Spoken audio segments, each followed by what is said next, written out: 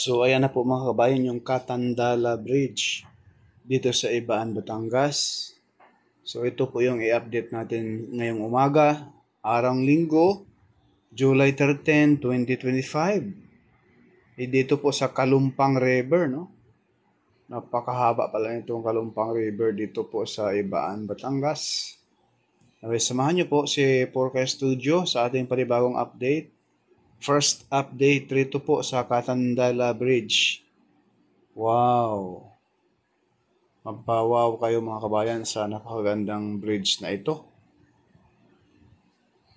Let's go! Ito po mga kabayan yung pinaka-details nitong project na ito. Mayroong 121 meters wide bridge mga kabayan. No? Napaka taas pala nito mga kabayan.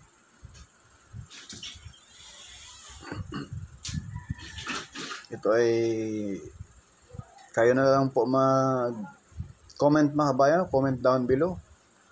Binuksan po ito pero may area pa doon sa bandang taas na ano siya. 13 meters wide, 24 meters stand, no? Mataas. Kaya nasilip ko kanina mga kabayan, napakataas yung baba. Ang baba pala ay Kalumpang River pala yon. Malaking ilog. So ayan po mga kabayan, no? Napakaganda naman. Pero masilayan natin doon sa dulo na yung kaharap sa ating kamera, sa likod ng bundok na yan, simentado na yan lahat dyan. Ayan.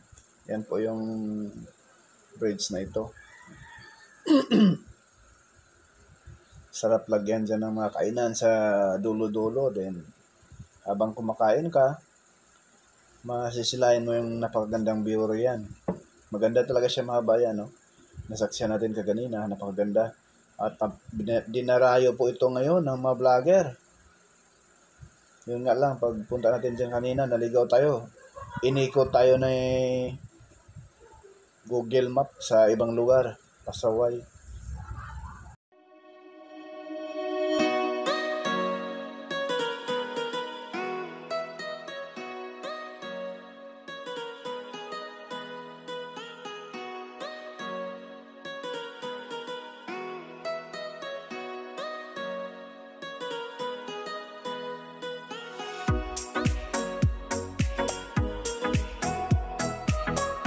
So, yan po mga kabayan. Sa bandang kaliwa, hindi pa siya kompleto na simento, no? Putol pa siya hanggang dyan pa sa gitna. So, shout out po sa lahat. Kung kayo po ay dadaan rito, lalo na pag malakas ang ulan, ay mag-isip-isip po, no? Lalo na po yung mga naka 4 wheels, kahit naka motor, medyo para sa akin ay hindi pa advisable na dumaan dito, lalo na pag maulan mga kabayan. Dinaanan ko dyan kanina, matarik yan mga kabayan, ha? Matarik yan. Pero inopen na po nila, no? Nakaraang linggo rito.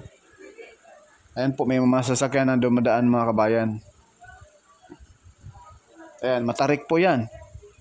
Lalo na pag maulan. Nako, medyo delikado po. Lalo na pag gabi. Ingat-ingat po, doble, no? Dahil yung bandang gilid mga bayan, napakalalim na bangin yan. Yung gilid. Sa bandang kaliwa, sobrang lalim niya. Yung Kalumpang River na yan mga bayan ay napakalalim yan mga kabayan. Kaya ingat-ingat, doble, no? Para sa akin, lalo na pag maulan ay wag nang dumaan. Para sa safe po, no? Kasi matarik po, matarik. Lalo na pag yung sasakyan nyo ay medyo pag-auga na ang andar, delikado. Pero kung wala namang ulan, safe naman, okay naman siya. Tulad ngayon, dumaan tayo ay okay naman siya. Thank po mga kabayan. Welcome po sa ating update rito po sa Catandala Bridge sa May Ibaan, Batangas. So ating ma-interview si ma'am na taga Rine, na ating interviewin kung kailan po ito bubuksan at yung location papunta rito sa kabilang side at dito sa kabilang side mga kabayan dito. Napagandang location dito. Tourist spot itong bridge na ito. So ma'am, anong pangalan po natin? Ako po si Ma'am Romilyn, ang lolang layas po ng Ibaan. Ayan ma'am, maitanong ko lang, yung area po rito, saan po yung Tagos na Bayan dyan? So, ang Tagos na Bayan dito, paglabas mo dito, ito 3 barangay pa, ito yung tinatawag namin na kabilang ilog. Opo. Kasi ito nga yung malaking ilog, ito nilagyan ng tulay. So, yung 3 barangay dito is Katandala, Mabalor, Panghayaan. And then paglabas mo dyan is Taysanag, going left. Tapos pag pumunta ka dun sa kanan, papuntang Lubo, Batangas na yon. Papuntang Laia ma'am? No, ang Laia po ay San Ibang, Juan. San Juan po, ayun, ayan. Lubo, Batangas po Lubo, mga Batangas, kabayan. tas ikot ka na ng Batangas City. Opo. Kaya mo na rin puntahan ang Monte Maria. Yes Yun, po. na isa pa rin tourist spot yun dito sa Batangas. Opo. Ayan. So, sa kabilang side naman ma'am? Ito naman is yung Ibaan Town proper pagka lumabas ka rito. And Opo. then, nandito yung exit ng Star Toll, yung Malainin exit. Meron po tayong exit dito.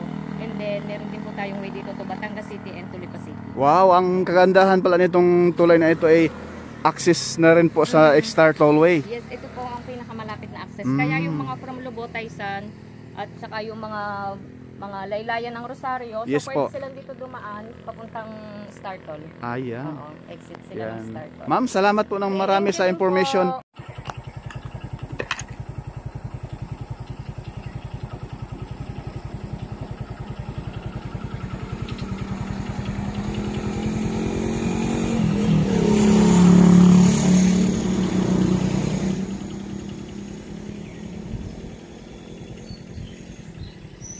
Yan po mga bayan.